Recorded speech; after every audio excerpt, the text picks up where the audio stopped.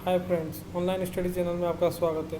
राजस्थान से संबंधित previous year के क्वेश्चन जो एग्ज़ाम की दृष्टि से बहुत महत्वपूर्ण है, आज हम वो करेंगे। आज़ादी से पहले राजस्थान का क्षेत्र कहलाता था राजपूताना, संयुक्त प्रांत, मध्य प्रांत, बंग प्रदेश। आज़ादी से पहले राजस्थान का क्षेत्र राजपूताना कहलाता था। इसका राइट आंसर ए। राजस्थान के इतिहास के प्रणेता कहे जाते हैं कर्नाडोड, हेरोडोटस, जॉर्ज थॉमस, इनमें से कोई नहीं। राजस्थान के इतिहास के प्रणेता कर्नाडोड कहे जाते हैं। इसका राइट आंसर ए है। राजस्थान में पाई जाने वाली ताम्रपाषाण संस्कृति है आहड़, कालीबंगा, एयरबी दोनों, और इनमें से कोई नहीं। तो इसका जो राइट आंसर होगा, जहाँ पर राजस्थान में ताम्रपाषाण संस्कृति पाई जाती है, सी, आहड़ और कालीबंगा संस्कृति। कालीबंगा संस्कृति और आहड़ संस्कृति। आहड़ जो सभ्यता है वो उदयपुर में है, ये बेड़स नदी के तट पर। और इसका जो काल है वो ताम्रपाषाण काल। इसकी जो खोज की थी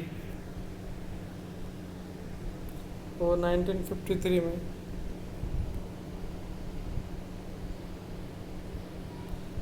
अक्षय कीर्ति व्यास ने की, और जो उत्खनन किया 1956 में RC अग्रवाल ने किया। आहड़ का प्राचीन नाम ताम्रवती भी है।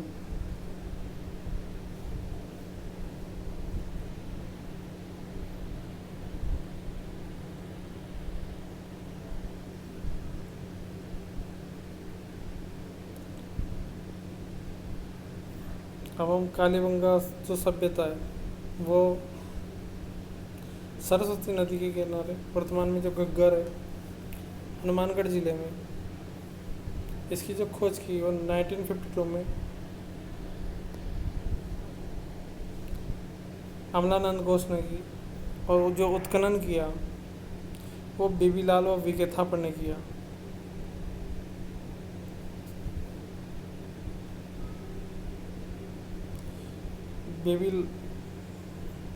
बेबीलाल और वीके थापर ने किया। जो इसका शाब्दिक अर्थ होता है वो काली चूड़ियाँ होता है। चलते हैं हम अपने अगले क्वेश्चन की तरफ। राजस्थान के किस स्थल से कुंड फल रेखा के अवशेष मिले? आहड़, मिथल, सोती, कालीबंगा। राजस्थान के किस स्थल से कुंड और हल रेखा के अवशेष मिले हैं? इसका राइट आंसर कालीबंगा। राजस्थान स्थित मत्स्य देश का एक राजा जो महाभारत युद्ध में युधिष्ठिर की ओर से लड़ा और वीरगति को प्राप्त हुआ। चंद्रप्रभोत, विराट, अजातशत्रु, इनमें से कोई नहीं। तो इसका right answer B, Virat. Rajasthan के अधिकांश भाग पर गुप्त वंश का आधिपत्य स्थापित करने वाला गुप्त शासक था चंद्रगुप्त सेकंड, समुद्रगुप्त, कुमारगुप्त, स्कंदगुप्त। गुप्त वंश का आधिपत्य स्थापित करने वाला गुप्त शासक चंद्रगुप्त सेकंड था। गुप्त वंश, जो गुप्त वंश का संस्थापक था वो श्रीगुप्त था।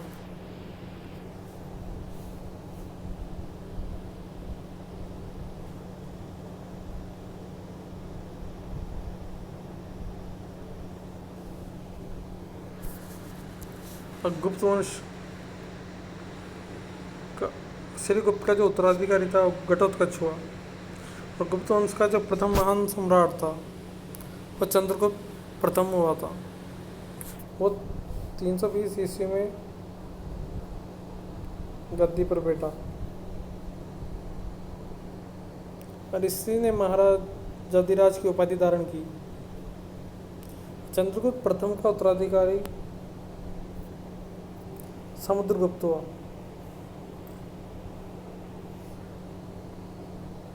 चंद्रगुप्त प्रथम का उत्तराधिकारी समुद्रगुप्त हुआ, जो 335 ईस्वी में ये गद्दी पर बैठा। समुद्रगुप्त का जो दरबारी कविता हुआ ऋषेण था, और ये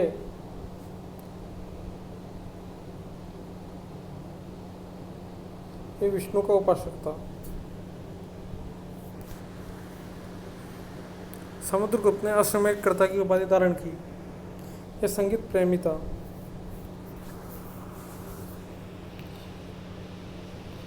समुद्रगुप्त का उत्तराधिकारी चंद्रगुप्त सेकंड हुआ। ये 300 ईस्वी में 380 ईस्वी में राजगद्दी पर बैठा था। और इसी के शासनकाल में चीनी बौद्ध यात्री पहिया भारत आया था।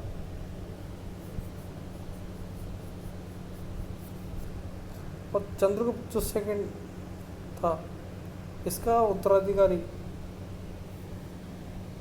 चंद्रगुप्त सेकंड का उत्तराधिकारी कुमारगुप्त हुआ।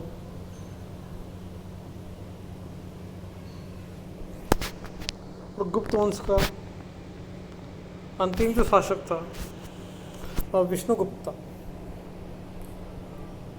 ये थी गुप्त वंश की पूरी जानकारी। राजस्थान का वह स्थल जो पशुपालन का प्राचीनतम साक्ष्य प्रस्तुत करता है। दर, आहड़, कालीबंगा, बागोर। इसका राइट आंसर डी। इसने राजस्थान की गणराज्य व्यवस्था को सदा के लिए समाप्त कर दिया। शक, पूर्ण, गुप्त, कुषाण। गणराज्य व्यवस्था को सदा के लिए समाप्त कर दिया। पूर्ण।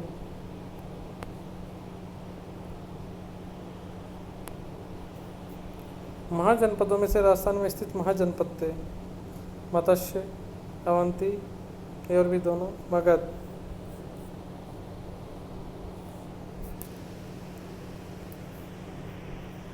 राजस्थान में लिम्बाराम प्रसिद्ध है। कबड्डी में, गायन में, तीरंदाजी में, कुश्ती में। लिम्बाराम ये तीरंदाजी में प्रसिद्ध है। राजस्थान में खेल जगत का सर्वोच्च सम्मान दिया जाता है। गुरु Vashishtha award, Jawahar award, Maharana Pratap award, Rajasthan खेल रत्न अवार्ड। इसका राइट आंसर राजस्थान खेल रत्न अवार्ड। राजस्थान के किस तीरंदाज को अर्जुन पुरस्कार मिला? श्यामलाल मीणा, लिम्बाराम, दोनों, इनमें से कोई नहीं। तो तीरंदाज को अर्जुन पुरस्कार मिला, तो इसका right answer C. Shyamlal Meena, Limbaram दोनों को मिला अर्जुन पुरस्कार की स्थापना 1961 में हुई थी। और श्यामलाल मीणा को 89 में और लिम्बाराम को 91 में तीरंदाजी के लिए मिला था।